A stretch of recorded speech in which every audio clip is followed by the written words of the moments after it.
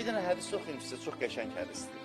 Hədislər hamısı qəşəngdir, bu da xüsusilə bu mövzu ilə bağlı. Buyurur ki, bir nəfər sənə hörmət eləmədi. Halbuki eləməli idi. Boynuna haqq qoymuşdun. Adamlar var ki, boynuna haqq qoyub da birinin. Çox, məsələn, ona zəhmət çəkib, xidmət edib.